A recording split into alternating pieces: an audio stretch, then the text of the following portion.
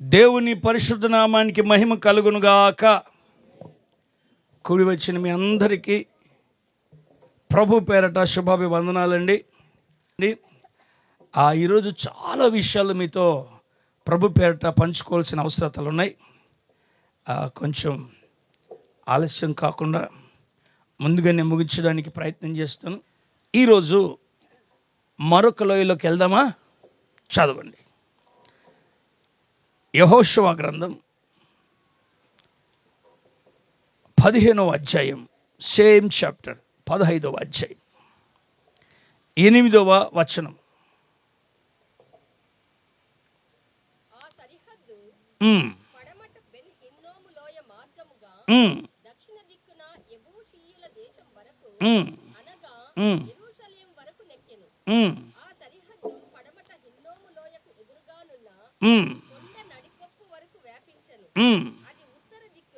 అది ఉత్తర దిక్కున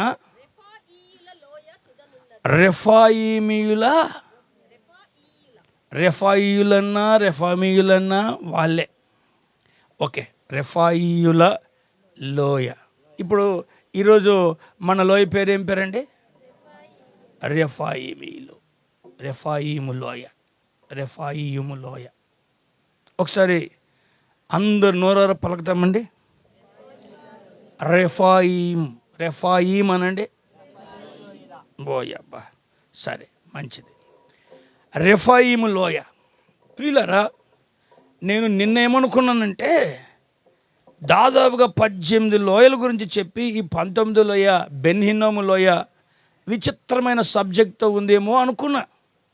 ఈరోజు నిన్నటి రాత్రి నుంచి ధ్యానం చేసుకుని ఉదయం అంతా ధ్యానం చేస్తుంటే నిన్నటి వరకు ఇన్న సందేశాల కంటే ఇది డిఫరెంట్గా ఉంది. రెఫాయిముల్లో డిఫరెంట్గా ఉంది. అసలు రెఫాయిం అనే మాటకి అర్థం ఏంటో చెప్పనా? రాసుకోండి. రెఫాయిం అనే మాటకి అర్థం రాక్షసులు. బాగుందా పేరు? మీకు ఎవరి మీదైనా కోపం ఉంటే నీ ముఖం రెఫాయిల్ ముఖం లాగుందరా అని చెప్తే అయిపోయింది. అంటే దయ్యం ముఖం లాగుందని చెప్పండి. రెఫాయిం చెప్పండి. అంటే ఈ పేరు ఎందుకని ఇలాంటి అర్థంతో ఉంది? ఈ నామంలో ఈ రాక్షసులు అనే మాట ఎందుకుంది అని చూస్తే, రెఫాయిములు ఎవరు అంటే భూమి మీద దాదాపుగా మినిమం 12 అడుగుల నుంచి 30 అడుగులు ఎత్తుండే మనుషులు. ఎంత నుంచి? రైట్. ఇదేమైనా ఇంటి కొలత చెప్తున్నట్టున్నాడు. రైట్. ఎంత? రైట్. ఇంక నేను మిమ్మల్ని అడగడం మంచిది కదా అని అర్థమైపోయింది నాకు. రైట్. ఇప్పుడు ఈ అంతెత్తుంటారు వాళ్ళు అంతెత్తుంటారా? వీళ్ళని గురించి బైబిల్లో అసలు వీళ్ళు ఎందుకున్నారు, ఎవరు వీళ్ళు? ఇలాంటి వారు జలప్రళయానికి ముందు ఉన్నారు, జలప్రళయానికి తర్వాత ఉన్నారు. అసలు వీళ్ళు ఎవరు? వీళ్ళ బయోడేటా కొంచెం ఇంట్రడక్షన్గా, జలప్రళయానికి ముందున్న ఈ జెంటైల్స్, ఈ ఉన్నత దేవులు ఎవరు, జలప్రళయం తర్వాత ఉన్న ఈ ఉన్నత దేవులు ఎవరు అనే విషయాన్ని చెప్పి ముందుకు వెళ్దామండి. యాక్చువల్గా సృష్టి ప్రారంభ దినాల్లో దేవుడు ఆదామును అవ్వను సృష్టించిన ఆ తొలిటి దినాలలో కయ్యూను, హేబేలు చనిపోయాడు. హేబేలుకు ప్రతిగా మరొక సంతానం. అలా జనం పెరుగుతూ వచ్చాడు. ఈ కయ్యూను శపించబడ్డాడు కదండి. ఎందుకు శపించబడ్డాడు? తన తోడబుట్టిన తమ్ముడిని చంపి శపించబడ్డాడు. అతడు భూమి మీద చెదరగొట్టబడ్డాడు. ఇక ఆదామున్న స్థలం దగ్గర నుంచి దూరం వెళ్ళిపోయి ఇక దేశదిమ్మర అయిపోయాడు. ఆ తదుపరి చరిత్రలో ఒక విచిత్రమైన సంఘటన. ఏమిటి విచిత్రమైన సంఘటన అంటే, ఏదైనా తోటలో పిలువని పేరంటం ఎవరు? స్వరమెత్తి చెప్పగలరు కదా? మనకు తెలిసిన ఆయన ఆయన ఎవరంటే లూసిఫర్, సాతానుడు. అతను వచ్చి ఏదైనా తోటలోకి కూడా ప్రవేశించాడు. ఏదైనా తోట ఎవరి తోట అండి? దేవుంది అని చెప్పండి. ఎవరిది? దేవుడు నాటిన తోట. అయితే ఈ తోటలోకి సాతానుడు ప్రవేశించాడు. ఎలా ప్రవేశించాడంటే వాడికి, సాతానికి వాళ్ళ ఆత్మలు చూడండి. మనుషుల్లో శరీరము, ప్రాణము, ఆత్మ. శరీరము నేను మర్చిపెట్టేట్టున్నా. నేను అక్కడ పెట్టాను తండ్రి. అక్కడ కూర్చోబెట్టు.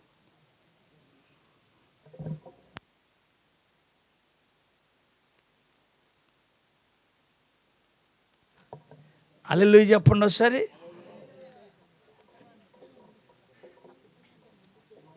పిల్లల ముందు కూర్చోండి. రైట్. దేవుని బిడ్డలారా, శరీరము, ప్రాణము చెప్పండి. మరి మీరు కూడా అట్లా తయారయ్యారు. అంటే జంతువులకి శరీరం ఉంటుంది, ప్రాణం ఉంటుంది, ఆత్మ లేదు. మనుషుడికి శరీరము, ప్రాణము, ఆత్మ ఉంటుంది. మరి దేవదూతలకి చూడండి, నోరు తెరిచినారు చూడండి. ఇప్పుడు జంతువులకి శరీరము, ప్రాణం ఉంటుంది. మరి దేవదూతలు వీళ్ళు ఆత్మస్వరూపముగా ఉంటారు. వారు వాళ్ళని సోల్స్ అంటే అక్కడ ఎట్లుంటారంటే మహిమ దేహాలతో. ఒక రకంగా చెప్పాలంటే ఈ సాతానుడు భూమి మీద పడవేయబడినప్పుడు వాడు ఒక ఆత్మ. అందుకని సైతాన్ని ఏమంటారంటే దురాత్మ అంటారు. వాడు ఒక వ్యక్తిలోనికి రావాలనుకో, మీ ఇంట్లోనికి రావాలనుకోండి, ఏదన్నా పిలిచారని పాపం ఏమన్నా అన్నదినిపోతామని, అప్పుడు వాడు డైరెక్ట్గా రాడు. ఏదో ఒక శరీరాన్ని ఆధారం చేసుకొని వస్తాడు. ఓకే ఏమంటారు, అన్న నాకు భయం. ఈ భయపడే వారి దగ్గరికి వచ్చేస్తాడు వాడు. అంటే అట్లా బలహీనులైన వారు, మానసికంగా ఇట్లా ఉన్న వాళ్ళు, వాళ్ళని ఆధారం చేసుకొని వస్తాడు అట్లాగా. అందుకని ఈ తోటలో ఎన్నో జంతువులు ఉంటే దేన్ని చూస్ చేశాడు అది వాడు? 2 కోరలున్న, 2 నాలుకలున్న ఆ పాములోకి వచ్చాడు. కొన్నిసార్లు కొందరిలోకి జ్వరపడతాడు. మీరు ఒకవేళ మీకు క్లారిటీగా అర్థం కావాలనుకుంటే, యేసు ప్రభుల వారు అన్నారు, ఈరోజు నాలో మీలో ఒకడు నన్ను అప్పగిస్తాడు అన్నాడు. మిగిలిన నేనా అన్నారు. ఇస్కరియోతు యూదా కూడా ఇంకా ఇంతమంది అడిగిన తర్వాత నేను అడగకపోతే ఏమని అనుకుంటా, నేనా అంటే నువ్వు అన్నట్టే అన్నాడు. ఒక ముక్క ముంచి ఇచ్చాడు. వెంటనే వానిలోనికి ఏం ప్రవేశించి చూసారా? ఆ 12 మందిలో ఎవరిలోనికి ప్రవేశించాడు? పేతురులోకి వచ్చాడా? యోహానులోకి ఇచ్చాడా? ఎవరిలోకి వచ్చాడంటే ఈ దేవునికి వ్యతిరేకంగా ప్రవర్తించిన ఇస్కరియోతు యూదాలోనికి సాతానుడు ప్రవేశించి.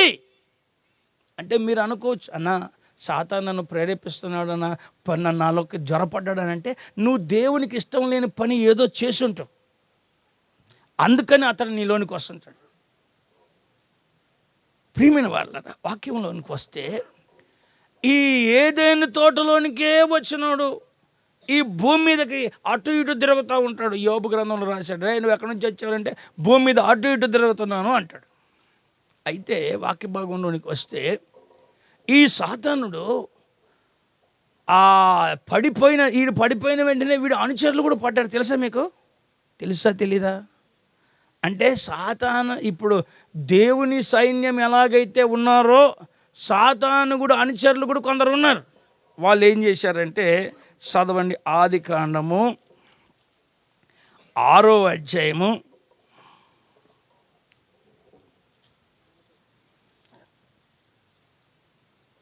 1 నుంచి చదివితే, నరులు భూమి మీద విస్తరింపనారంభించిన తర్వాత వాళ్ళకి ఆడపిల్లలు పుట్టారు.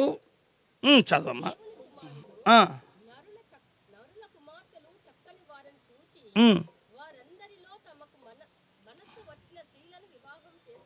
దేవుని కుమారులు ఎవరు, నరుల కుమార్తెలు ఎవరు? ఇది ఇంకా దీని గురించి పెద్ద చర్చ జరుగుతుంది. వాళ్ళంట పడిపోయిన దేవదూతలంట, సూర్యులంట ఈ మనుషుల్ని పెళ్లి చేసుకున్నారంట. ఆ మనుషులకి, పడిపోయిన దేవదూతలకి పిల్లలు పుట్టారంట. చదవండి కింద 4వ వచనం చదవండి.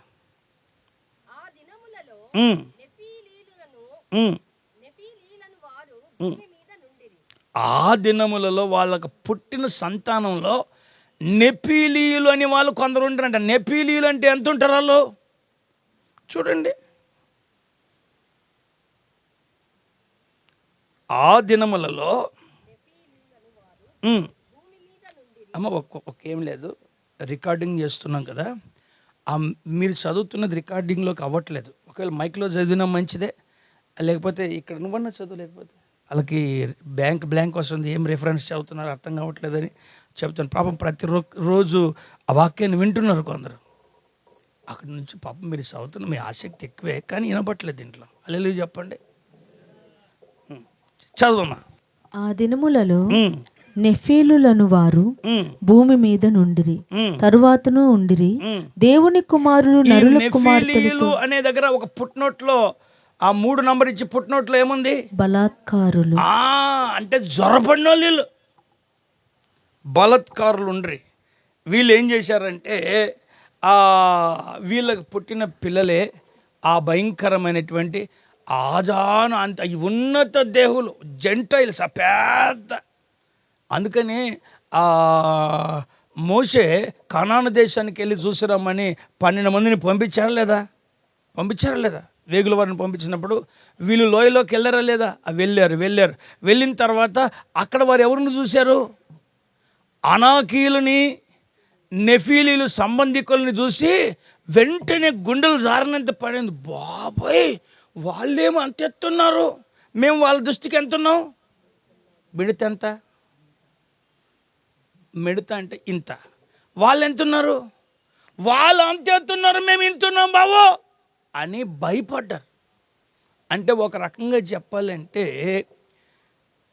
ఈ దేవదూతలకు, మనుషులకు కలిగిన ఆ సంతానం వారే ఎవరు అంటే ఈ నెఫీలీయుల సంబంధికులు. వీళ్ళలో నుంచి ఒక తరం వచ్చింది. దేవుడు వారిని కొంతమందిని ఉంచాడు. అంటే కొన్నిసార్లు ఈ సైతాను సంబంధికులను కొంతమందికి పెడతాడు. ఎందుకంటే ఎంత వాక్యం చెప్తారా, వినరు కొంతమంది. అదే రాత్రి సైతాన్ని వచ్చి తలనొప్పి తెచ్చింది అనుకోండి, ఏం చేస్తాడు? లెఫ్ట్ రైట్ ఉదాహరణ వచ్చేసి దేవా స్తోత్రం నాయన అంటే కొంతమంది వాక్యానికి లోపడరు, కానీ సైతానికి భలే లోపడతారు. కానీ నేనంటే వాడితో తన్నులు తిని లోబడే బదులు ఈ స్వరం చక్కగా వినబడేటప్పుడే లోబడడం మంచిది కదా. మెల్లని స్వరం, చల్లని స్వరం వినబడుతుంది మనకి. అయితే వినండి, ఈ నెఫీలీల సంబంధికులు అనాకు వారు ఎందుకు భూమి మీద ఎందుకున్నారు అని చూస్తే నేను షార్ట్ కట్లో ఒక విషయం చెప్తానండి. ఎందుకంటే చాలా పెద్ద బ్రీఫ్ సబ్జెక్ట్. నేను ఓకే చెప్పడం వరకు చెప్తున్నానా, మీరు గ్రహిస్తున్నారా? గ్రహించే వాళ్ళు హల్లెలూయా చెప్పండి. థ్యాంక్ యూ అండి, మీరు ఇంత బాగా గ్రహిస్తున్నారు. అయితే క్వశ్చన్లు అడుగుతాను, తర్వాత చెప్తారులేండి. అయితే ఒక విషయం ఏంటంటే వాక్య భాగంలో ఈ నెఫీలీల సంబంధికుల్ని, అనాకు వంశకుల్ని, రెఫాయిల్ని ఎందుకు దేవుడు పెట్టాడు అని అంటే ఒక విషయం. అబ్రహాము ఆదికాండం 15వ అధ్యాయంలో 15వ అధ్యాయంలో తీసి అక్కడ దేవుడు అబ్రహాముని దర్శిస్తాడు. అబ్రహాం ఏమంటాడంటే, దేవుడు అబ్రహాంతో అంటాడు, ఇదిగో అబ్రహామా, నీ సంతానం అత్యధికమవుతుంది, నీ బహుమానం అత్యధికమవుతుంది అని అన్నాడు. అప్పుడు అంటే అబ్రహాం అన్నాడు, ఏమిస్తే ఏం లాభం ప్రభా. కొద్దిగా అబ్రహాంలో కూడా కొద్దిగా నిరుత్సాహం వచ్చేసింది. ఏమన్నాడు? ఏమిస్తే ఏం లాభం ప్రభా, నాకు పిల్లలు లేకుండా పోతున్నాను అన్నాడు. కావాలండి చదవండి. అందుకు అబ్రాహాము, ప్రభువైన యెహోవా నాకేమి ఇచ్చినానేమి, నువ్వు ఏమిస్తే ఏమన్నా, ఎంత ఆస్తి ఇస్తే నాకు పిల్లలు లేకుండా పోతున్నారని అన్నాడు. నేను సంతానం లేనివాడను. దేవుడు అన్నదేంటి? ఆ పై వచనంలో చదివితే నీ బహుమానం అత్యధికమగున. బహుమానం అంటే ఏంటి? దేవుడిచ్చే బహుమానం ఏంటి?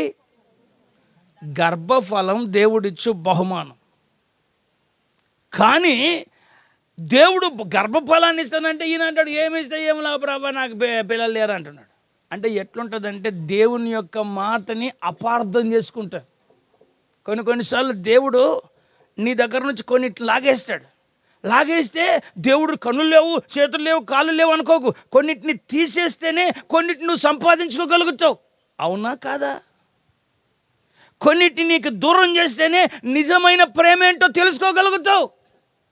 అందుకనే కొన్ని పరీక్షల్లో దేవుడు మనల్ని అనుమతిస్తూ ఉంటాడు. ఆ పరీక్షల్లోకి వెళ్ళినప్పుడు మీరేమనుకోవాలంటే, దేవుడు నన్ను శోధించాడు అనకూడదు. ఇది దేవుడి పరీక్ష ఏమో, దేవా ఈ పరీక్ష పెట్టి నువ్వు సహాయం కూడా నాకు దయచేయండి ప్రభా అని ప్రార్థన చేయాలి. ఇది యాకోబు తన పత్రికలో రాస్తాడు. ఎవడైనా శోధింపబడితే దేవుడు నన్ను శోధించాడు అని అనకూడదంట. అయితే వాక్యంలోనికి వస్తే ప్రియులరా, ఈ అబ్రాహాం ఏం చేశాడంటే, ఏమి ఇస్తే ఏమి లా ప్రభా, నేను అసలు పిల్లలు లేనోడిని అయిపోతున్నానంటే, ఏంద్రా అబ్రాహాం నేను నీకు ఇస్తాను, వెయిట్ చేయి ఇస్తానంటే, లేదు నువ్వు ఇస్తావని నాకేం గుర్తు అన్నాడు. అంటే ఎట్లుంటుందంటే, ఇప్పుడు లేచాడు, నిద్రపోయి లేచాడు, మమ్మే నాకు లడ్డి లడ్డి లడ్డి. అరే రాత్రి కదా లడ్డు ఎట్టిస్తా, ఇస్తావా అని ఏడిసినాడు. వాళ్ళమ్మ రాత్రి 12 గంటలకు ఏం చేస్తుంది? ఇవ్వకుండా ఉండదు, ఇస్తుంది. వాడు జోబులో పెట్టుకొని పండుకుంటాడు. ఉదయానికి లడ్డు ఏమవుతుంది? లడ్డుపై గిడ్డ అవుతుంది. అంటే అది ఇచ్చే సమయం కాదు, ఇచ్చే సమయం ఏదో ఉంటుంది. అన్ని కొన్నిసార్లు మనం ఎన్నెన్నో అడుగుతుంటాం దేవుణ్ణి. అన్ని వెంటనే ఇవ్వాలని అనుకోకండి. ఎప్పుడు ఇస్తే నీకు క్షేమమో అప్పుడే ఇస్తాడు దేవుడు. మీ గనక ఇప్పుడు ₹1,00,00,000 ఇచ్చాడు అనుకోండి, ఈరోజు ఇప్పుడే రాత్రి ఇచ్చాడు అనుకోండి, రేపు మీరు ప్రార్థనకు వస్తారా రారా? ఏం మొఖాలు చూడండి ఎర్రగైనా అట్లే ₹1,00,00,000 అనేసరికి. అంటే ఇంకా మీరు బిజీ అయిపోతారు. చాలా అంటే కొందరికి ఆ ₹1,00,00,000 రాగానే దేవుని పక్కన పెడతాను. నువ్వు కొద్దిసేపు పక్కన ఉండే, ఎప్పుడు నీతోనే ఉంటాను కదా, నేను కొద్దిగా వచ్చినా చూసుకొని లెక్క పెట్టుకొని అంటారు. ఇక అందుకనే దేవుడు ఎవరికి ఎప్పుడు ఇవ్వాలో ఆయనకు తెలుసు, ఆయన ఇస్తాడు. ఇక్కడ చూస్తే ఈ అబ్రాహాం అంటాడు 15వ అధ్యాయంలో, చదవమా, నువ్వు నాకు ఇస్తావని ఏం గుర్తు అన్నాడు. ఏం గుర్తు అంటే అప్పుడు దేవుడు, సరే గుర్తు అడుగుతావు కదా, నన్ను గుర్తు అడుగుతావు నువ్వు, సరే ఓ పని చేయి, చదవండి, 3 ఏండ్ల పెయ్యను, 3 ఏండ్ల పెయ్యిని, 3 ఏండ్ల మేకను, 3 ఏండ్ల పొట్టేల్ని, ఒక తెల్ల గువ్వని, ఒక పావురపు పిల్లను. ఇవన్నీ లిస్ట్ ఎందుకు చెప్పినాడు? నా యొద్దకు తెమ్మని. దేవుడు ఈ బలులు హోమాలు కోరుకునేవాడు కాదు. నువ్వు అడుగుతున్నావు కదా గుర్తు, సరే పో తీసుకురా, పిల్లని తీసుకొచ్చేసి నా ముందు పెట్టు, నేను ఆకాశం నుండి అగ్ని కురిపిస్తానని. అప్పుడు అదే గుర్తు నీకంటే ఈ అబ్రాహాము అవన్నీ తీసుకొచ్చి, అందుకనే కొన్నిసార్లు దేవుని దగ్గర మనం ఎందుకు ప్రభా, ఏం ప్రభా అని అడగడం కంటే మౌనంగా ఉండేదే. నువ్వేది చేసినా చెప్పండి ఇంటేనో అన్నారు అనుకోండి, ఇంక తిన్నట్టే. ఏం తిన్నట్టు? నిన్నవాడు మాంసం తిన్నాడు, ఏమైనా తెలియదు మీకు, ఆ నములుతుంటేనే కోపం వచ్చి చంపేసినాడు. అట్లాగా దేవుడు ఏది ఇచ్చినా మనకు మేలుకే మంచికే అని ఒకసారి అన్న నోడుతానండి. గుడిసి ఇచ్చినా, బిల్డింగ్ ఇచ్చినా, సైకిల్ ఇచ్చినా, బండి ఇచ్చినా, కారు ఇచ్చినా, ఆ రోజు కారు లేకుండా చేసినా, చెప్పండి బాబు, చెప్పండి తల్లి. ఒకడు అనుకున్నాడంట, ఆ చెప్పులకి 2 బొక్కలు పడున్నాయి, రంధ్రాలు పడున్నాయి, చెప్పులు అరిగిపోయి. దేవుని బిడ్డ అంట దేవుని దగ్గర సన్నిధికి వెళ్ళి, ప్రభా తండ్రి నిన్ను నమ్ముకున్నాను, ఏం చేస్తావు, చెప్పులు కూడా కొనుక్కోలేకపోతే నిన్ను నమ్ముకున్నాను లే తండ్రి అంటే ఎట్లుంది ప్రార్థన? నీకు ఒక దిక్కు లేదు, నాకు ఒక దిక్కు లేదు అన్నట్టుగా అది చేస్తున్న ప్రార్థన. కొంతమంది అట్టే ఉంటారు, ఏం చేద్దాం ప్రభా, నాకు ఎన్నో ఆశలు ఉన్నాయి ప్రభా, నీకోసం చంపుకుంటున్నాను, తినాలనిపిస్తుంది, కానీ ఈ పాస్టర్ తలకైనా ఉపాస ప్రార్థన పెడతాడు. ఈరోజే మాంసం తెచ్చిన తినబుద్ధి కాదు, ఏం చేద్దాం తండ్రి అంటే ఆ ప్రార్థన ఎట్టుంటుందంటే దేవుణ్ణి ఎక్కిరిస్తున్నారా లేకుంటే వీళ్ళు ప్రార్థన చేస్తున్నారు కూడా అర్థం కాదు. అట్లాగే ఇటు కూడా ప్రార్థన చేసినానంటే ఏం చేద్దాం తండ్రి చెప్పులన్నారు, నిన్ను నమ్ముకున్నా ఏం చేస్తాం, సహిస్తాంలే అన్నని బయటికి వచ్చినాడంట. బయటికి వస్తే 2 కాళ్ళు లేని కుంటోడు, అయ్యా ఎంత పుణ్యాత్ముడయ్యా, నాకు కాళ్ళు లేవు, నీకు కాళ్ళు ఇచ్చాడు దేవుడు అంటే, వెంటనే పరిగెత్తి లోపలికి వెళ్ళి, ప్రభా చెప్పులు లేకుంటే లేవు కానీ కాళ్ళు ఉన్నాయి లేదండి, నీకు స్తోత్రమయ్యా అన్నాడంట. ఇప్పుడు చెప్పండి, చెప్పులు కావాలా కాళ్ళు కావాలా మీకు? మంచి మంచి బట్టలు కావాలా, ఆరోగ్యం కావాలా? చెప్పండి, మీరు తొందరగా చెప్పండి. మంచి ఇండ్లు కావాలా, సంతోషం ఇండ్లు కావాలా? మరి ఒక అల్లీలో చెప్పండి. అయితే కొంతమంది ఏది కోరుకోవాలో తెలియదండి. రాజంతపురాలు కట్టుకున్న రాజు, పెద్ద పెద్ద రాజులు. ఇప్పుడు ఏ రాజు ఉన్నాడు చెప్పండి? అంత పాడుబడిన కోటలో ఏ కోటన్నా తీసుకోండి, చరిత్రలో రాజుల పేర్లు ఎక్కడున్నారో, వాళ్ళ పిల్లలు ఎక్కడున్నారో, అసలు పేరు ఎక్కడ లేదు, అసలు చరిత్ర లేదు. కోట్లు కోట్లు కోట్లు దేశాల రాజ్యాలు సాధించిన వాళ్ళు, వాళ్ళ పిల్లల పేర్లు కూడా లేవు. కానీ దేవుడి కృపను బట్టి ఈరోజు మనం సజీవుల లెక్కలో ఉన్నాం. ఎక్కడున్నాం మన పేర్లు అంటే, ఒకవేళ మీ పేరు ఎక్కడుందని మీరు అడిగితే మీరు చెప్పలేరేం, కానీ నేను చెప్తాను, మన పేరు ఎక్కడుందంటే జీవగ్రంథంలో రాయబడి ఉంది. అక్కడ నా పేరు రాయబడి ఉంది. నేను ఆయన కోసం జీవిస్తున్నాను. రాజుల పేరుందో లేదో తెలియదు, కానీ ఆయనని నమ్ముకొని పాపాలని కడుక్కొని, ఆయన రక్తం చేత మన పాపాలని కడుక్కొని పవిత్రంగా బ్రతుకుతున్న మన పేర్లు జీవగ్రంథంలో రాయబడ్డాయి. ఒక సంతోషం అండి మనకి. అయితే వాక్య భాగంలోకి వస్తే, ఈయనున్నాడే అబ్రాం, వాటన్నిటిని తీసుకొచ్చేసి అన్నిటిని వధించాడు, పక్షుల్ని వధించలే. ఇప్పుడు కొన్నిసార్లు మనం కూడా పెద్ద పెద్దవన్నీ చేస్తుంటాం, చిన్న చిన్నవి పోతే పోయిందిలే అనుకుంటాం. కానీ ఆ చిన్నది కంప్లీట్ కాలేనందుకు ఏం జరిగిందంటే, ఉదయం నుంచి సాయంత్రం వరకు ఆ బలులు అట్లే ఉన్నాయి, దేవుడు జవాబు ఇవ్వలే. అప్పుడు గద్దలు వచ్చాయి, రాబందులు వచ్చాయి, ఆ కలేబరాల మీద వాళ్తుంటే, ఆ పశువులు కలేబరాల మీద వాడుతుంటే వీటిని తోలి తోలి తోలి తోలి అబ్రాం ఏమైపోయాడు? అలిసిపోయాడు. కొన్నిసార్లు అంతే, ప్రార్థన చేసి చేసి చేసి జవాబు రాక అలిసిపోతారు. కొంతమంది అంతే, ట్యాప్ తిప్పి తిప్పి తిప్పి తిప్పి తిప్పి తిప్పి తిప్పి ట్యాప్ ఇరగొడతారు. ట్యాంక్లో నీళ్ళు ఉన్నాయి లేదు చూడరాలు, ట్యాప్ తిప్పితే అంటే అసలు అక్కడ నుంచి పైప్ కనెక్షన్ ఉందో లేదో చూడండి, ఊరికే మీరు తిప్పితే ఏం లాభం? అట్లాగే ప్రార్థన చేసి చేసి చేసి అలిసిపోయి అట్టే నిద్రపోయాడు. దేవుని కోపం వచ్చింది, అబ్రాం నువ్వు ఎక్కడ నిద్రపోయావు? బలిపీఠం దగ్గర. నేను ఇక్కడ వెయిట్ చేస్తున్నా, నువ్వు బలి కంప్లీట్ చేస్తావని వెయిట్ చేస్తున్నా. నువ్వు బలి కంప్లీట్ చేయకుండా దేన్ని బతికనిచ్చాడు? పక్షులని బతికనిచ్చాడు. పక్షులు బతికి ఉండడం అంటే, కొన్నిసార్లు మన జీవితంలో బాప్తిస్మాలు తీసుకుంటారు, డ్రెస్సులు మార్చేస్తారు, బైబిల్ కొనుక్కుంటారు, గూళ్ళల్లో కూడా 4-5 బైబిల్ పెట్టుకుంటారు. ఇంత మాత్రం భక్తి సరిపోదు. నీలో చిన్న చిన్నవి ఉన్నాయి, అవి రెక్కలు కలిగినవి. రెక్కలు కలిగినవి ఏమంటే ధనాపేక్ష, రెక్కలు కలిగినవి ఏమంటే నీ ఊహలు. అంటే నువ్వు కూర్చున్న చోట ఎవరిని అప్పు అడగవు, ఎవరిది మోసం చేయవు, కానీ మనసులో పాపపు ఆలోచనలు కలిగి ఉంటావు. ఇది దేవుణ్ణి నీకు దూరం చేస్తూ ఉంటుంది. అందుకని వాటిని కూడా దేవుని ఎదుట ఒప్పుకోవాలి పూర్తిగా. అంటే ఆ డ్రైవింగ్ చేసేవాడు సగం స్టీరింగ్ డ్రైవర్కి, సగం స్టీరింగ్ ప్యాసింజర్కి ఇచ్చారే అనుకోండి, ఎట్లుంటుంది? ఏంది ఊహించుకోవడానికన్నా చెప్పండి, ఎట్లుంటుంది? అన్నా మీరు 4 కలిసి సగం పట్టుకొని నేను ఒకరిని ఇక్కడ పట్టుకుంటానంటే అది ఏ ఊరికి పోతుంది? అండమానికి ఖచ్చితంగా పోవచ్చు. నేను అంటాను, నీ జీవిత స్టీరింగ్ని పూర్తిగా ఆయనకు అప్పచెప్పి, ప్రభా నువ్వు నడిపిస్తే నేను నడుస్తాను, నీవు ఆలోచన చెప్తే నీ ఆలోచన ప్రకారం నడుపుతాను, నువ్వు మాట్లాడితే నీ మాట నేను అంగీకరిస్తానయ్యా అని ఆయనకు అప్పగించుకోండి. ఒకవేళ నిన్ను కన్న తండ్రి అయినా తప్పుదారిలో నిన్ను నడిపిస్తాడేమో, కానీ నిన్ను సృష్టించిన దేవుడు నాణ్యమైన, సారవంతమైన, జీవం కలిగిన, సత్తువ కలిగిన ఆ చక్కటి మార్గంలో నిన్ను నడిపిస్తాడండి. గట్టిగా హల్లెలూయా చెప్పండి. హల్లెలూయా.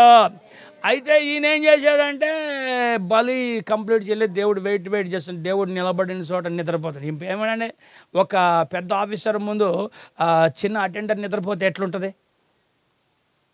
ఏం చెప్పరేంటి? మీకు ఇది చెప్పడానికి రావట్లేదు. సరే, క్లాస్లో టీచర్ పాఠం చెప్తుంటే స్టూడెంట్ నిద్రపోతుంటే ఎట్లుంటుంది? ఇది కూడా మీకు అర్థమయ్యట్లేదు. సరే, ప్యాసింజర్స్ అంతా వెనక సీట్లో కూర్చొని డ్రైవర్ నిద్రపోతే ఎట్లుంటుంది? ఇదన్నా చెప్పండి, ఇది తేటికి అర్థమవుతుంది కదా. ఎట్లుంటుంది? అన్నా, అమ్మో, తండ్రో అంటారా?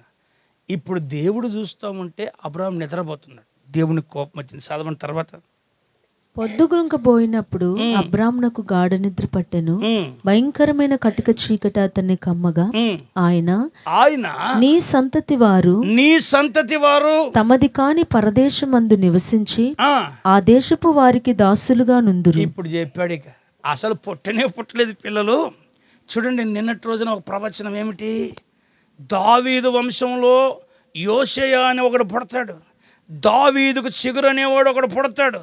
ఒకడేమో బలిపీఠం మీద శల్యాలని దహిస్తాడు, మరొకడేమో తను పాప ప్రాయశ్చిత్త బలిగా అప్పగించుకుంటాడు అనే లేఖనాలు ఉన్నాయి. అయితే ఇక్కడ ఈ అబ్రాహాముకు కూడా జరగబోతున్న ముందు చెప్తున్నాడు, నీ సంతతి వారు తమదు కాని దేశంలో 400 సంవత్సరాలు దాసులు అవుతారు. ఇది ఎక్కడ జరిగింది? నిర్గమకాండంలో జరిగింది. ఆ తర్వాత వారు 400 ఏండ్లు వీరిని శ్రమ పెట్టుదురు. వీరు ఎవరికి దాసులవుదురో ఆ జనమునకు నేనే తీర్పు తీర్చుదును. తర్వాత వారు మిక్కిలి ఆస్తితో బయలుదేరి వచ్చేదురు. నీవు క్షేమముగా నీ పితరుల యొద్దకు పోయేదవు. 17 మరియు ప్రొద్దుగుంకి కటిక చీకటి పడినప్పుడు రాజుచున్న పొయ్యియు అగ్ని జ్వాలయును కనబడి ఆ ఖండముల మధ్య నడిచిపోయెను. ఆ దినమందే యెహోవా ఐగుప్తు నది మొదలుకొని గొప్ప నది అయిన యూఫ్రటీసు నది వరకు ఈ దేశమును అనగా కేనీయులను, కనిజ్జీయులను, కద్మోనీయులను, హిత్తీయులను, పెరిజ్జీయులను, రెఫాయీయులను. ఏంటి ఇప్పుడు మన పేరు అక్కడ ఉందంటారా? ఎవరు వాళ్ళు? ఈరోజు మనం చదువుకుంటున్న ఆ లోయ నివాసులైనటువంటి ఎవరు వీళ్ళు? రెఫాయీలు. చెప్పండి. అంటే వీళ్ళని ఎవరు పెట్టారు? దేవుడే పెట్టాడు. అంటే కొన్నిసార్లు ఇట్లాంటి వాళ్ళని ఎందుకు పెట్టాడు దేవుడు అంటే దేవుడే పెట్టాడు అంతే. ఎందుకంటే మనం మాట్లాడట్లేదు కాబట్టి.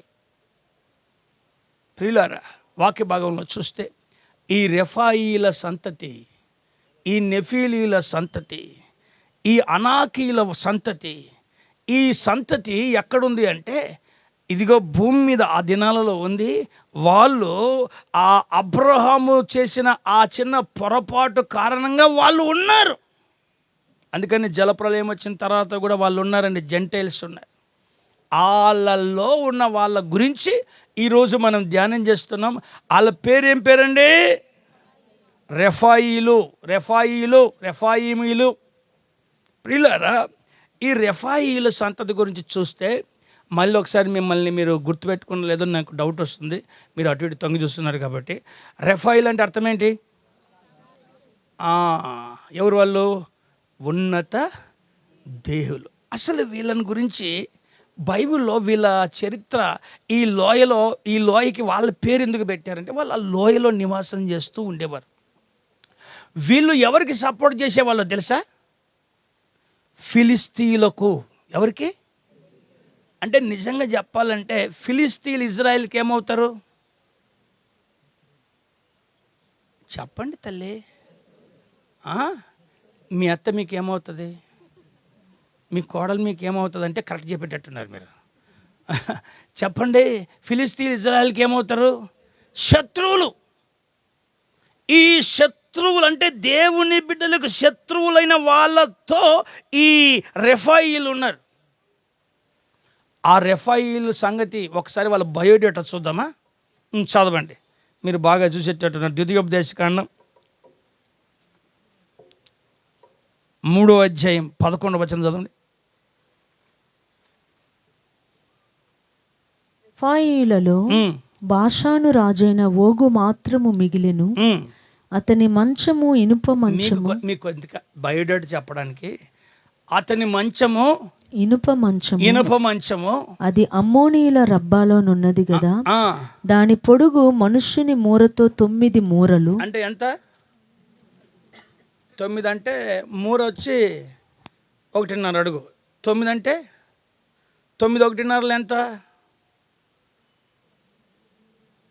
అంటే దాదాపుగా కొద్దిగా డిజైన్ వర్క్ చేసుకున్న 14 అడుగులు వేసుకుందాం. మంచం 14 అడుగులు అంటే ఈ రోజుల్లో కొన్ని బెడ్రూమ్స్ ఎంత ఉంటాయి? ఆయన కరెక్ట్ చెప్తున్నాడు పాపం. ఆ మంచం అంటే ఈయనకి ఆ మంచం మీద పడుకుంటాడంట. అట్లా పడుకుంటే కాళ్ళు ఇంకా బయటే ఉంటాయంట. అంత పెద్ద మంచం, అంత పెద్ద వెడల్పు కలిగిన మంచం. అంటే వాళ్ళు అంత ఉన్నత దేహులు. అయితే వాళ్ళతో మనకెందుకు వచ్చిందన్నా అని మీరు అనొచ్చు. మరి వాళ్ళ గురించి బైబిల్లో ఏం రాస్తుందంటే వీళ్ళు ఇజ్రాయేలీలకు శత్రువులుగా ఉన్నారట. ఇజ్రాయేలీలు ఎవరు? దేవుని బిడ్డలు అనండి. ఎవరు? మనము కూడా ఆత్మ సంబంధమైన ఇజ్రాయేలీలు. అయితే వారు శారీరక ఇజ్రాయేలీలు, మనం ఆత్మీయ ఇజ్రాయేలీలు. వారు సముద్రం దాటారు, మనం బాప్తిస్మ అనుభవాన్ని దాటాం. వారు మన్నాను తిన్నారు, మనం వాక్యాన్ని భుజిస్తున్నాం. వారు పరలోకం నుండి దిగి వచ్చిన ఆ దర్శనాన్ని చూశారు, మనం పరలోకం నుండి దిగి వచ్చిన ప్రభు రక్షణను చూస్తున్నాం. అంతా ఒకటే. ఏంటంటే వారు శరీర సంబంధమైనవి, మనం ఆత్మ సంబంధమైనవి. వారు కనాను దేశానికి వెళ్తున్నారు, మనం పరలోకానికి వెళ్తున్నాం. గట్టిగా హల్లెలూయా చెప్పండి. అయితే ప్రియమైన వారలారా, వాక్య భాగంలోనికి వస్తే ఈ రెఫాయిలు ఎవరయ్యా అంటే వీళ్ళు ఉన్నత దేవులు. వీళ్ళు ఇజ్రాయేలీలకు శత్రువులు. ఇజ్రాయేలీలకు శత్రువులు అంటే మనకు కూడా ఎవరు చెప్పండి? మీ నాన్నకి శత్రువు అంటే మీకేమవుతాడు? కొంతమంది గొడుపుట అని ఉంటుంది, మా నాన్న అంతలే ఆడ కలుసుకుందాలే అని. ఈ ఎలీషా దగ్గరే ఉండి గేజీ ఉన్నాడు చూసారా? ఇజ్రాయిల్ రాజ్యంలో నుండి ఆకాను ఉన్నాడు చూసారా? అంటే అక్కడే పక్కనే ఉంటాడు యూదా ఇస్కరియోతు. ఎక్కడ కొడుతుంటాడు? ప్రక్కలో పొడుస్తుంటాడు. నాకు తెలిసి మీరంతా దేవుని బ్యాచేనా? ఒక హల్లెలూయా చెప్పండి. 4-5 చెప్పట్లేదు ఎందుకు నాకు డౌట్ వస్తుంది మీద. కొంచెం గట్టిగా చెప్పండి తల్లి. అంటే మీరంతా దేవుని బ్యాచే. ఇక్కడ ఉండి అక్కడ ఆలోచన చెప్పట్లేదు కదా. Okay, right. అయితే వాక్య భాగంలో చూస్తే ఈ రెఫాయిలులో ఇజ్రాయేలీలకి శత్రువులు గనక మనకు కూడా శత్రువులే. ఈ రెఫాయిలు ఆ రోజు ఉన్నత దేహులై వారిని బాధ పెట్టారు. ఈరోజు ఉన్నతమైన పాపపు ఆలోచనలతో నిన్ను మనల్ని బాధ పెడుతున్నారు. ఆ రోజు వారిని యుద్ధ భూమిలో బెదిరించారు. ఈరోజు ఈ జీవితం అనే యుద్ధ భూమిలో నిన్ను బెదిరిస్తున్నారు. ఆ రోజు వారు వణికి మూలం కూర్చున్నారు. ఈరోజు నువ్వు కూడా వణుకుతున్నావేమో. అయితే నిన్ను వణకడానికి ఆత్మతో నింపలేదు, వానితో పోరాడి గెలవడానికి దేవుడు నిన్ను పిలుచుకున్నాడు. ఈ రెఫాయిల్ సంగతి నేను మీతో చెప్పాలంటే, మనకు బాగా పరిచయమైన 6 మూరల జానెడున్న ఒక వ్యక్తి పేరు చెప్పండి. ఎవరు? మీకేమవుతాడైనా? బంధువేనా? బంధువే. అయితే ఈ 6 మూరల జానెడున్న ఈ గొల్యాదు ఎవరి సంతతి అనుకుంటున్నారో మీరు? ఫిలిస్తీయులలో చేరిన రెఫాయీమీల సంతతి వాడంట. అంటే వీడు ఏం చేశాడు? ఫిలిస్తీన్తో చేరి ఇజ్రాయెల్తో అంటాడు, ఇజ్రాయేలీయులారా, మీలో ఎవడైనా ఒక్కడు రండ్రా, నన్ను చూసి గెలవండ్రా చూద్దాం. మీరు గెలిస్తే వీళ్ళందరూ మీకు బానిసలు అవుతారు, మేము గెలిస్తే మీరందరూ బానిసలు అవ్వండి అని అంటారు. ఇక ఇజ్రాయెల్ అంతా ఏమవుతున్నారు చెప్పండి తల్లి? గడగడ వణుకుతుంది. నిజానికి చెప్పాలంటే ఈరోజు సర్వమానవాళిని బెదిరించి భయపెట్టే ఆ రెఫాయిల సంతతి వాడు ఎవడో తెలుసా? మరణం నిలబడి బెదిరిస్తే బెదరని వాళ్ళు ఎవరున్నారు చెప్పండి ఇక్కడ? ఏంటి మౌనమయ్యారేంటి? బదులివ్వండి. మరణం నీ ముందు నిలబడి నేను నిన్ను మింగేస్తానంటే భయపడని వాళ్ళు ఎవరున్నారు? అందరూ భయపడుతున్నారు. కానీ చరిత్ర ఏమంటుంది తెలుసా? నా యందు విశ్వాసం ఉంచిన వాడు మరణించినను తిరిగి లేస్తాడు. అంటే ధైర్యంగా ఈ లోకంలో బతకగలిగిన వాడు ఎవరంటే మరణపు ముళ్ళును విరిచిన రక్షకునిగా కలిగిన వాడే. అతడే ఈ రెఫాయిల సంతతి వాడైనటువంటి మరణ బంధకాలను తెంచగలిగిన మహావీరుడు. ఆయన పేరు యేసు. ప్రియులారా, నాకు అనిపిస్తుంది ఈ గొల్యాత్ గట్టి గట్టిగా అరుస్తుంటే వాళ్ళందరూ గడగడ వణుకుతుంటే ఆ వణికిన వాళ్ళలో దావీదు అన్నోళ్ళు ఉంటే ఆ రోజు అనుకోకుండా ఎవరు వచ్చారు ఈరోజు అనుకోకుండా? నువ్వు వచ్చావు. నువ్వు కూడా దావీదు లాంటి వాడివి. హల్లెలూయా. ధైర్యం లేదా చెప్పండి? దావీదు వచ్చాడు. దావీదు చూసి ఈడెవడరా సున్నతి లేని ఫిలిస్తీయుడు, వాడే అంటే సున్నతి అంటే నిబంధన, దేవునితో నిబంధన చేసుకునేవాడు, దేవుని నిబంధనలో నిలిచి ఉన్నవాడు. ఏమండి, ఒక పోలీస్ ఆఫీసర్కి ఏం ధైర్యం అంటే అతని పేరు గ్రంథస్థం చేయబడి ఉంటుంది, అతని అధికారులు ఇతను అతనితో సంబంధం కలిగి ఉంటారు, ఇతన్ని కొడితే మొత్తం బెటాలియన్ అంతా అంటే మేము అధికారం గలవారమని వాళ్ళకి ధైర్యం. అందుకనే పోలీస్ ఆఫీసర్ ఒక్కసారి కాకి డ్రెస్ వేసుకున్నాడంటే అతనికంటే పెద్ద దొంగ కనపడినా ఏం భయపడతాడా? ఎందుకు భయపడ్డంటే ఈ డ్రెస్సుకున్నంత విలువది. మనల్ని పోలీసుని తాగడానికి వాడేవడరా అని అంటారా లేదా? అట్లాగే వాక్యం అంటుంది, అసలు సున్నతి లేనివాడు ఇశ్రాయేలుతో మాట్లాడడానికి ఎంతటాడని దావీదు అంటున్నాడు. అప్పుడు వాక్య భాగంలో చూస్తే ప్రియులారా, ఈ దావీదు నేను చంపుతానంటాడు.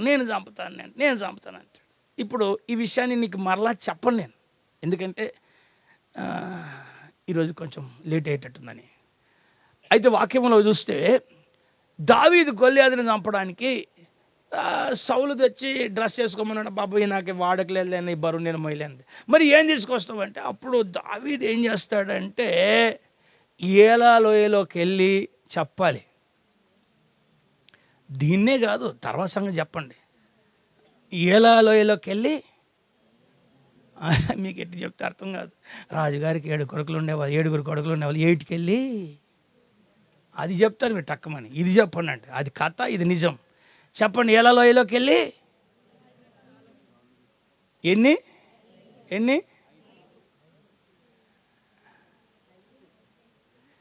ఒకసారి పక్కన వాళ్ళతో డిసైడ్ 5 6 నాకు డౌట్ వస్తుంది. 5 రాళ్ళు. మీకు మాట చెప్పనా, ఎంతమంది ఉన్నారు అక్కడ? ఎన్ని రాళ్ళు ఉపయోగపడ్డాయి అక్కడ? ఎన్ని రాళ్ళు మిగిలిపోయాయి అక్కడ? మీకు విషయం తెలుసా? దావీదు ఏది చేసినా that is a spirit guidance, ఆత్మ నడిపింపు.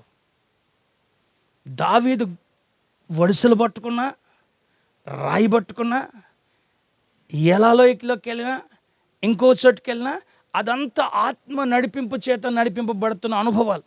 నేను కూడా అనుకున్నా, ఏదో ఒక్క మనిషిని చంపడానికి 5 రాళ్ళు తీసుకెళ్ళినాడే అంటే అనుకున్నా. కానీ విషయం చెప్పనా, గొల్యాదుకి మొత్తం 5 సోదరులు అంట. 5 గొల్యాదుతో పాటు ఎంతమంది? ఎన్ని రాళ్ళు తీసుకెళ్ళినాడు? ఎప్పుడైనా విన్నారు విషయం? ఎందుకు వినలేదు? చదవలేదనండి. చదవండి. సమూయేలు 2వ గ్రంథం. గొల్యాదు మీద ఇసిరేసిన రాళ్ళు 1, మిగిలిన సంచిలో మిగిలిన రాళ్ళెన్ని అంటే ఇంకా గొల్యాదు సహోదరులు ఎంతమంది మిగిలి ఉన్నట్టు ఎట్ట తెలుసు మీకు? సమూయేలు 2వ గ్రంథం 21వ అధ్యాయం. ఇది చాలా ఇంపార్టెంట్ అని ముందుగానే చెప్తున్నా నేను. 21వ అధ్యాయంలో 15వ వచనం నుండి చదివితే, ఫిలిస్తీయులకును ఇశ్రాయేలీయులకును యుద్ధము మరలా జరగగా, ఎప్పుడు ఈ యుద్ధం తర్వాత దావీదు పెద్దవాడైన తర్వాత, కొంచెం వయసు వచ్చిన తర్వాత దావీదు కొద్దిగా అంత స్పీడ్గా నడవలేని కాలంలో యుద్ధం చేయాల్సి వచ్చింది. ఏమంటే ఎప్పుడు ఇలాగే ఉంటాం మనం. నేను మొన్ననే ఒక ఫోటో చూసిన, ఆ సుధాకరు, ఈ షాలే వీళ్ళు ఎట్లుంటారు సార్, ఇట్లున్నా. అరే నేను ఎట్లున్నాను తెలుసా? ఇట్లున్నాను. ఏందిరా నేను ఇట్టయినాను వాళ్ళు ఏమి ఇట్టయినారు అని. అంటే కాలం ఒక్కొక్కసారి మారిపోతూ ఉంటుంది. మీరు కూడా మీ ఫోటో కూడా తర్వాత చూపిస్తాను నేను, మళ్ళీ మీరు మమ్మల్ని చెప్పలేదు అనుకుంటున్నారు. సరే సరే సరే. అయితే విషయం గమనిస్తే ఈ దావీదు కొద్దిగా వీక్ అయ్యాడు. ఎప్పుడు శరీరం బలహీనమే కానీ దావీదు వీక్ అయ్యాడు. ఇప్పుడు నేను కూడా అంటాను, ఈ 2011 నుంచి పరిగెడుతున్నాం, 2010 నుంచి పరిగెడుతూనే ఉన్నాం. ఒకవేళ మన పాస్టర్ కొద్దిగా వీక్ అయితే, పాస్టర్మ వీక్ అయితే మీరేం చేస్తారు? ఆ ఛాన్స్ రానియండి అన్న, ఏం మా వీర ప్రతాపం చూపిస్తామంటారా? ఊరికి అడుగుతున్నా, ఏం చేస్తారు అన్నా? వాళ్ళని కూర్చోబెట్టి వీళ్ళు నిలబెడతాం, వాళ్ళని కిందకు బొమ్మని మేము పైకి వస్తాం. ఇంటి ఇష్టం వచ్చినట్టు చేస్తారేంటి? లేదన్నా, ఒక మిక్సీ కొనుక్కొని మిక్సీలో వేసి తిప్పుతాం ఒక్కొక్కరిని ఇట్లా అంటారా? తమ్ముడా, అమ్మ, అక్క, చెల్లి, సేవ అనేది ఒక వ్యక్తి ఉన్నప్పుడు కాదు, లేనప్పుడే బాధ్యత వహించగలిగి ఉండాలి మనం. అవునా కాదా? చూడండి, మోషే అంతటోడు 2 చేతులు ఎత్తి అలసిపోయినప్పుడు ఎవరు నిలబడ్డారు? నిందించలేదు, నిలబడ్డారు. ఈరోజు కొన్నిసార్లు శారీరకంగా సేవకురాల్ని ఒక్కోసారి జ్వరం రావచ్చు, బలహీనత రావచ్చు. అట్లాంటి టైంలో ఏదో సేవకులు ఇట్లనే ఉండేది అనద్దు. వాళ్ళు ఎంతో అలిసి ఉంటారు. ఆ సమయంలో ఒక ఊత కర్రలాగా, ఒక సపోర్ట్ లాగా, అహరోను హూరుల్లాగా నువ్వు నిలబడేవాడిగా కావాలి. దావీదు యుద్ధం చేస్తా బీపీ డౌన్ అయిందో, హార్ట్ స్ట్రోక్ వచ్చిందో తెలీదు, టపమని పడిపోయాడు. కావాలంటే చదవండి అక్కడ. యుద్ధము మరలా జరగగా దావీదు తన సేవకులతో కూడా దిగిపోయి ఫిలిస్తీయులతో యుద్ధము చేయనప్పుడు అతడు సొమ్మసిల్లెను. ఏమాడు అంటే అదే, అప్పుడు కనుక మన విద్యాసాగర్ ఉంటే ఏదో ఒక ఇంజక్షన్ వేసి లేపేవాడు అనుకోండి. ఈనాడు రారా పాల్గారు, కానీ అక్కడ లేరు ఇల్లు. ఏమో టప్పమని పడిపోయాడు. పడిపోయేసరికి అక్కడ అవతల ఒకడు ఉన్నాడు. చదవండి ఒకసారి.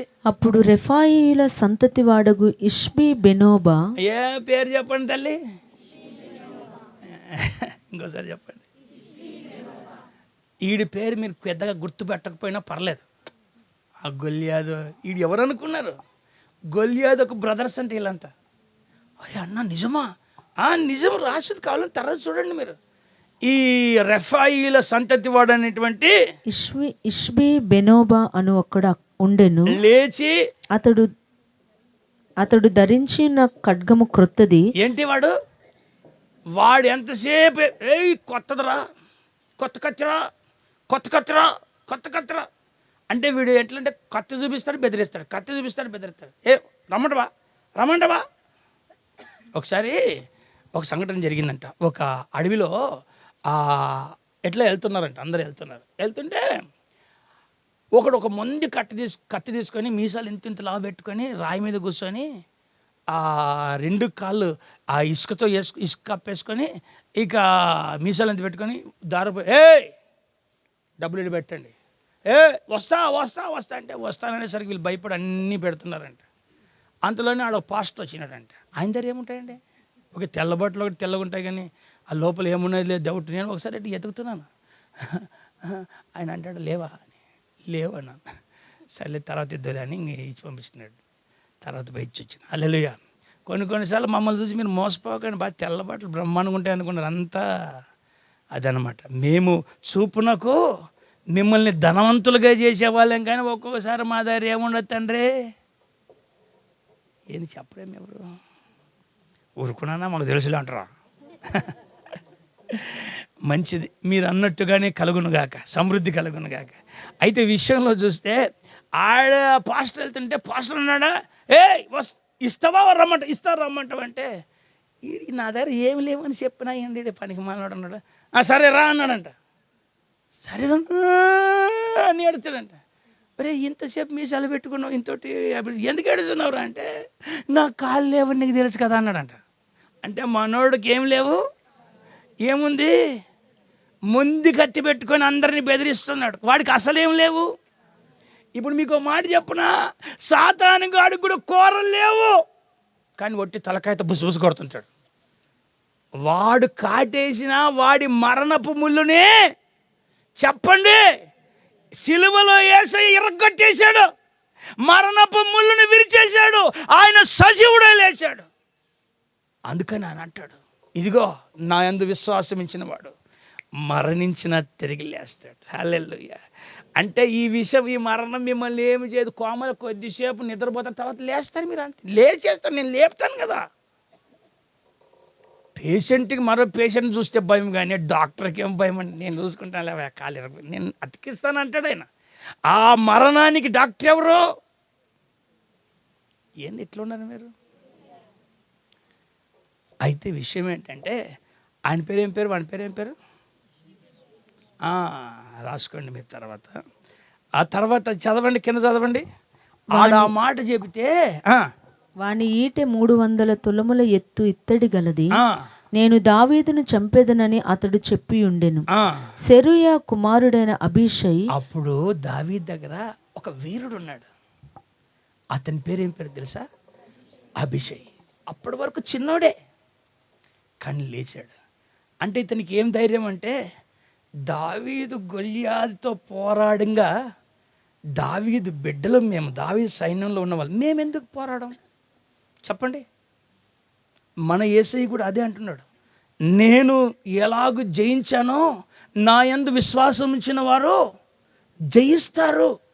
అమ్మా ఇప్పుడు నువ్వు సుట్ కేసు మోస్తూ ఉంటావు, పిల్లల బ్యాగులన్నీ మోస్తూ ఉంటావు, ఊళ్ళు తిరుగుతూ ఉంటావు, కానీ నీ కొడుకు నాడే ఈ బ్యాగ్ మోసుకో డాడే, ఈ సుట్ కేసు మోసుకో డాడే, ఇది మోసుకో అంటాడు. నువ్వు మోస్తూ తిరుగుతూ ఉంటావు. వాడు కొంచెం పెద్దోడైన తర్వాత డాడే ఇంకా నువ్వేడ మోస్తావు నాకి అని వాడు మోస్తే నువ్వు ఎట్లా ఫీల్ అవుతావు? వా నా కొడుకు చెప్పండి తల్లి, నా కొడుకు పెద్దోడైనాడు, నన్ను నడవనివాడయ్యా, ఈడ నన్ను నిలబడినవాడయ్యా, లేచి పని దేవుడు దయవల్ల నాకు ఇంకా ఛాన్స్ రాలేదు. ఇంకా నడవాల్సిన పని, ఆటో నడపాల్సిన పని ఇంకా ఉంది, నాకు టైం ఉంది. ఇంకా నా పిల్లలు ఇంకా పెద్దలు కాలేదు. అల్లెలు చెప్పండి. మీరు కనుక అట్లా చూస్తే వీళ్ళు నడిపెట్టేట్టున్నారు, కొద్దిగా చూడండి మరి. హల్లెలూయా. అయితే వాక్య భాగంలోకి చూస్తే ఈ ఎవరు ఆయన పేరు? అబీషై. చెప్పండి. అబీషై అనే మాటకి అర్థం ఏంటో తెలుసా? The present of my father, అంటే నా తండ్రి బహుమానం. రాసుకోండి, ఆ రాయి పేరు తండ్రి బహుమానం. ఏమండి, దేవుడు మనకిచ్చిన బహుమానం ఏంటి? కరెక్ట్గా టక్ టక్ చెప్పాలి. దేవుడు మీకు ఇచ్చిన బహుమానం ఏంటి? పెళ్ళైన వాళ్ళు అంటారు గర్భఫలం. పెళ్లి కాని వాళ్ళకి ఏంటి మరి బహుమానం?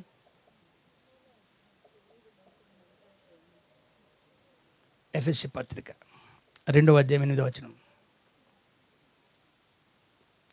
తొందర చదవాలి మీరు, తొందర చదవకపోతే మళ్ళీ 2:8. మీరు విశ్వాసము ద్వారా కృపచేతనే రక్షింపబడి ఉన్నారు, ఇది మీ వలన కలిగినది కాదు. ఏమని రక్షణ మీరు సొంతంగా సంపాదించుకున్నది కాదు. రక్షణ అనేది దేవుడిచ్చిన వరమే. That is the gift of God. అంటే ఈరోజు నీకంటే కోట్ల ఆస్తి పరులు ఆదంలో ఉన్నారా లేరా చెప్పండి. నీకంటే అందమైన వాళ్ళు ఉన్నారా లేదా చెప్పండి. నీకంటే ఘనమైన వాళ్ళు ఉన్నారా లేదా చెప్పండి. నీకంటే త్యాగశీలు ఉన్నారా లేదండి. ఇంతమంది ఉండగా నీకు దేవుడు రక్షణ ఇచ్చాడంటే దీని ఏమంటారు? దేవుడు వరమేనయ్యా. ఇది ఎవ్వరికి దొరకంది నీకు దొరికింది అంటే that is the gift of God. అంటే రక్షణ దేవుడు బహుమానం. ఇది ఫ్రీ గిఫ్ట్ ఆఫ్ గాడ్. దేవుడు మన ఎత్తు చూడలేదండి, మన బలము చూడలేదండి, మన బ్యాక్గ్రౌండ్ చూడలేదండి, మనకున్న స్టేటస్ చూడలేదండి. ఆయన ప్రేమించి మనం రక్షణ పొందాలని తన రక్తధారల్ని దారబోసి పాపులమైన మనం ఇంకా పాపులుగా ఉండగానే మనల్ని కౌగిలించుకొని రక్షణ ఇచ్చాడు. అంటే ఈ గొల్యాదు సంతతిలో ఉన్న ఒక్కడి పేరు, వాడి పేరు నేను పలకలేను, కానీ మీరు ఒకసారి ఆ విషయాన్ని గమనిస్తే వాడిని చంపడానికి ఎవడు లేచాడు అంటే ఈ రెఫాయిల్లో మరొకరిని చంపడానికి గొల్యాదుతో పాటు మరొకడు లేచాడు. అతని పేరే రక్షణ, అతని పేరే అభిషై. తర్వాత చదవండి. సెరూయా కుమారుడైన అభిషై రాజును ఆదుకుని ఆ ఫిలిష్తీయుని కొట్టి చంపెను. అబ్బా అబ్బా, ఇప్పుడు అది గొప్ప? దావీదు గొల్యాదును చంపడం గొప్ప, దావీదును చంపేవాడిని చంపడం గొప్ప అన్న? అది ఎంత గొప్ప, ఇది అంత గొప్ప అన్నానా? నెక్స్ట్ ముందు చదవండి. అటు తరువాత ఫిలిష్తీయులతో గోబు దగ్గర మరలా యుద్ధము జరగగా హుషాతీయుడైన సిబ్బెకై రెఫాయిల సంతతి వాడగు సఫును చంపెను. అంటే ఇంకొకడు ఎవడు? సఫు. కొద్దిగా నోరు చెప్పండి. అబ్బా, ఇవి మళ్ళీ మీరు రాసుకొని పలకండి. సఫు అంట. వాడి పేరు ఏం పేరు? ఒకటి పేరు గొల్యాదు, ఒకని పేరు ఇష్వి బెనోబా. ఇష్వని పెట్టండి. ఓకే, మనకు ఊరి పేరు దగ్గర ఉంది కదా. ఒకటి పేరు గొల్యాదు, ఒకటి పేరు ఇష్వి, మూడో పేరు సఫు. ఆ సఫుని ఎవరు చంపారు? సిబ్బెకై అనండి ఒకసారి. ఈ సిబ్బెకై దావీదుతో ఉన్న వాళ్ళలో ఒకడు. ఈ సిబ్బెకై అనే మాటకి అర్థం ఏంటో తెలుసా? స్ప్రింగ్ అని అర్థం అంట. ఏంటి స్ప్రింగ్ అంటే? ఏంటి అదే నాన్న ఇట్లా జింగ్ జింగ్ జింగ్ అంటే అది కాదు. స్ప్రింగ్స్ అని దేన్ని అంటారంటే ఊటలని స్ప్రింగ్స్ అంటారు. ఊటలు అంటే ఎంత తోడినా వచ్చే దాన్ని ఊట అంటారు. ఇప్పుడు చెప్పండి, నీ నోటి మాటలు వివరింతునా, అవి నా జీవకు మధురమో. నిజమే, ఆయన వాక్యం ఎలాంటిది? 1వ కీర్తన రాస్తుంది, నీటి ఓరన నాటబడిన వాడై ఆకువాడక తన కాలమందు చెట్టు ఆ ఫలమిచ్చు చెట్టు వలె ఉంటాడు. మనం మొన్న రాసుకున్న పాటలో ఉంది కదండి. ఏదట్లా పాడకుండా మర్చిపోతాను నేను. ఏం పాట? ఆకువాడక ఫలించునాట్లో నీయోరన నన్ను నాటినావే, ఇది నా బ్రతుకులోన నీ దివ్య సంకల్పం మరువను. హల్లెలూయా. ఇట్లే పాడాలనిపిస్తుంది కదా. ఈ వాచన ఎవరైనా పట్టుకోండి, రాత్రి వరకు చెప్పుకుందాం. అక్కడే కింద నెట్ కంటే సార్ ఎదురు చూస్తాడు, ఇంకా చెప్తున్నాడు, కరసాం చేస్తాడు కింద. హల్లెలూయా. అయితే ప్రియులారు, ఇక్కడికి ఆపుకుందామా? ఇంకా ఆ ముగ్గురు సంగతి చూసుకుందామా? ఇప్పుడు ఎన్ని రాళ్ళు ఉన్నాయి? 5 రాళ్ళలో ఒకటి గొల్యాదికి పోయింది, ఒకటి అభిషై, 2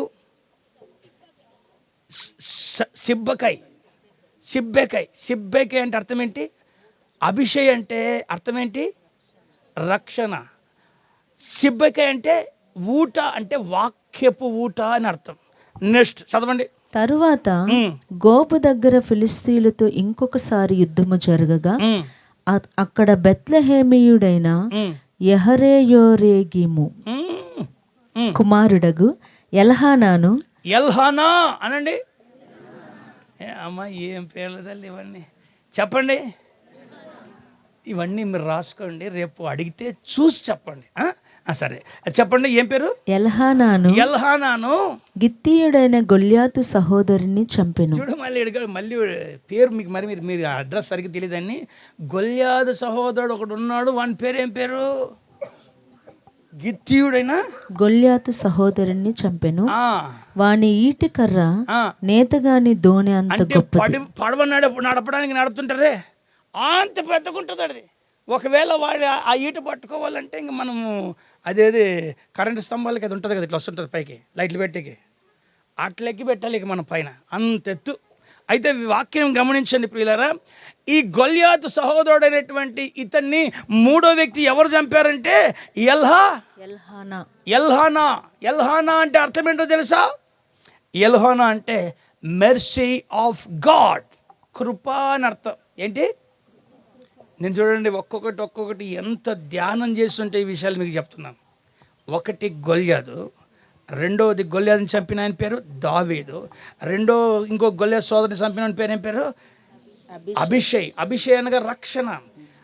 ఇంకొక ఆయన పేరు ఏం పేరు? సిబ్బెకాయ్ అంటే వాక్యము. ఇంకొక ఆయన పేరు ఏం పేరు? ఎల్హానా అనే మాటకి అర్థము కృపా. కృపా కృపా కృపా. ఏమండి, మనకు రక్షణ వచ్చింది, మనకు వాక్యం వచ్చింది అని వదిలేకండి. దీన్ని కృపలో కాచుకోవాలి. కృప దేనికి అంటే, కృప ఎవరికంటే విధేయులైన వారి మీదకి దేవుడు కృప చూపిస్తాడు. అంటే విధేయతలోనే కృప వస్తుంది. సరేనా? ఇప్పుడు ఇంకోటి చదవండి. ఇంకొక యుద్ధము గాతు దగ్గర జరిగెను. అక్కడ మంచి ఎత్తరి ఒకడుండెను. ఒక్కొక్క చేతికి 6 వ్రేలు. ఇంకా అందరికంటే సుపీరియర్. వానికి మొత్తం అన్ని వేలు కలిపితే ఎన్ని వేలు తెలుసా? 24 వేలు. ఏంది 10,000 20,000 కాదు, 24 వేలు. అంటే ఈ చేతికి మనకి ఎన్ని ఉన్నాయి వేలు? వాడికి ఇంకోటి పెరిగి ఉంటుంది. అంటే వాడు కనుక ఇట్లా పట్టుకున్నాడు అనుకోండి, ఏమవుతుంది? మొత్తం ఇట్లా పట్టుకుంటే భార్యాభర్తలు ఇద్దరు ఇట్లా తరుగుతారు అంతే. ఇట్లా పిండితే ఇంకా నీళ్ళు ద్రాక్షరసం చేసినట్టు చేసేస్తారు. అంటే మీ కుటుంబాన్ని ఇత్తడిత్తడి చేసేస్తారు, వాడు చిత్ర చేసేస్తారు. అంత బలమైన వాడు. అయితే వాడిని ఎవరు చంపారంటారు? అతడు రెఫాయీల సంతతివాడు. అతడు ఇశ్రాయేలీలను తిరస్కరించుచుండగా దావీదు సహోదరుడైన షిమ్యాకు పుట్టిన యోనాతాను అతనిని చంపెను. యోనాతాన్ అంటే మరి సౌలు కుమారుడు అనుకున్నారు. ఈయన ఇక్కడ ఇంకొక యోనాతాన్ ఉన్నాడు. ఇతను ఎవరంటే దావీదు వాళ్ళ బ్రదర్ కుమారుడు. ఇతను ఏం చేశాడంటే 6 ఏళ్ళు, ఒక్కొక్క చేతికి 6 వేలు, మొత్తం కాళ్ళకి చేతులకి అన్ని కలిపి ఎన్ని వేలు? 24 వేలున్న ఆజానుబావుని చంపడానికి ఒక లేచాడు. వాడి పేరు ఏం పేరు తెలుసా? అసలు నాకు అనిపిస్తుంది, ఆ గుజరాత్ బీహార్ అక్కడ ఒక చోట ఒకే ఇంట్లో కలెక్టర్ ముగ్గురు కలెక్టర్లు అయినారు. మీకు తెలుసు అది?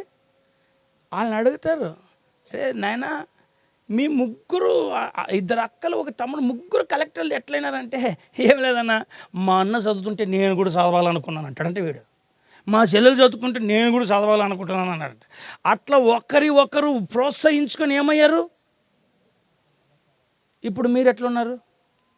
ఆయన చర్చికి రాలేదు కాబట్టి నేను కూడా రానంటారా? అన్నా దావీదు మనలాంటోడే కదనా, ఏలియా మనలాంటోడే కదనా. వాళ్ళందరూ ప్రార్థన చేసినప్పుడు, వర్షం ఇచ్చినప్పుడు మేమెందుకు ప్రార్థన చేయము? మేము ప్రార్థన చేస్తాం అనండి ఒకసారి. ఎప్పుడు? హల్లెలూయా. అయితే చూడండి, మనలాంటి వాళ్ళు ప్రార్థించి గొప్ప పనులు చేశారు. దావీదు సైన్యంలో ఉన్నవారు దావీదును ఒక మారల్గా పెట్టుకున్నారు. కాబట్టి దావీదు గొల్యాదును చంపితే గొల్యాదుతో పాటు మిగిలి ఉన్న రెఫాయిలందరినీ దావీదుతో ఉన్న సహ వీరులు, అంటే వాళ్ళు చిన్నోళ్ళే కానీ పెద్ద పనులు చేశారు. నేనేమంటున్నాను తెలుసా? మన యేసయ్య కూడా ఏమనంటే, నాకంటే మీరు గొప్పవి చేస్తారా? ఏమన్నాడంటే, తన శిష్యులతో అన్నాడు, మీరు నాకంటే గొప్పవి చేస్తారు. ఆ శిష్యులు అన్నారు, నాకంటే మీరు గొప్ప చేస్తారు శిష్యులకి. ఇప్పుడు వాళ్ళంతా గొప్పవి చేస్తూ ఇప్పుడు మనకు వదిలేశారు. ఇప్పుడు నాకు అనిపిస్తుంది, ఆ పెద్ద దైవజనులు నన్ను అభిషేకించి సేవకు పంపారు.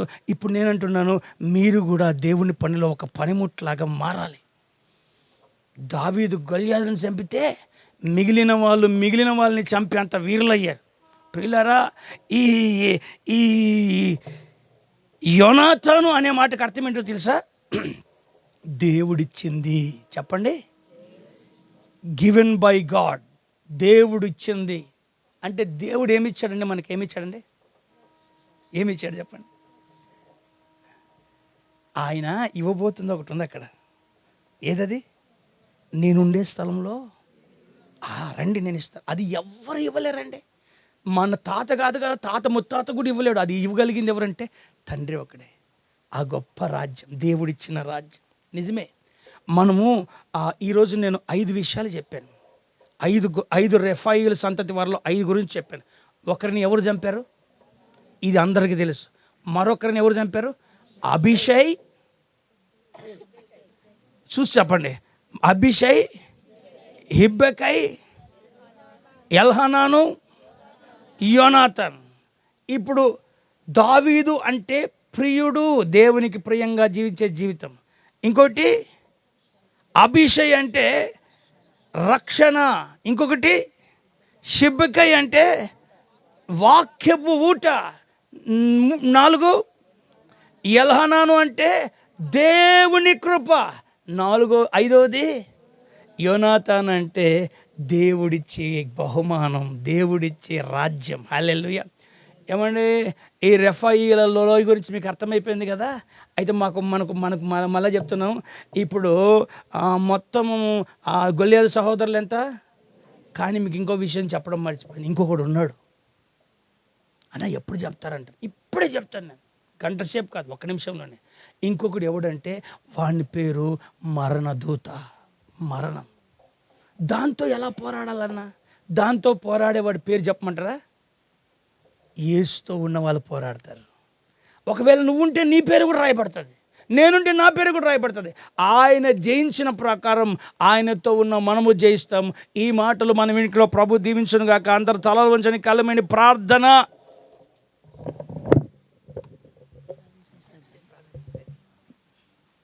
ప్రార్థన చేసుకుందామండి.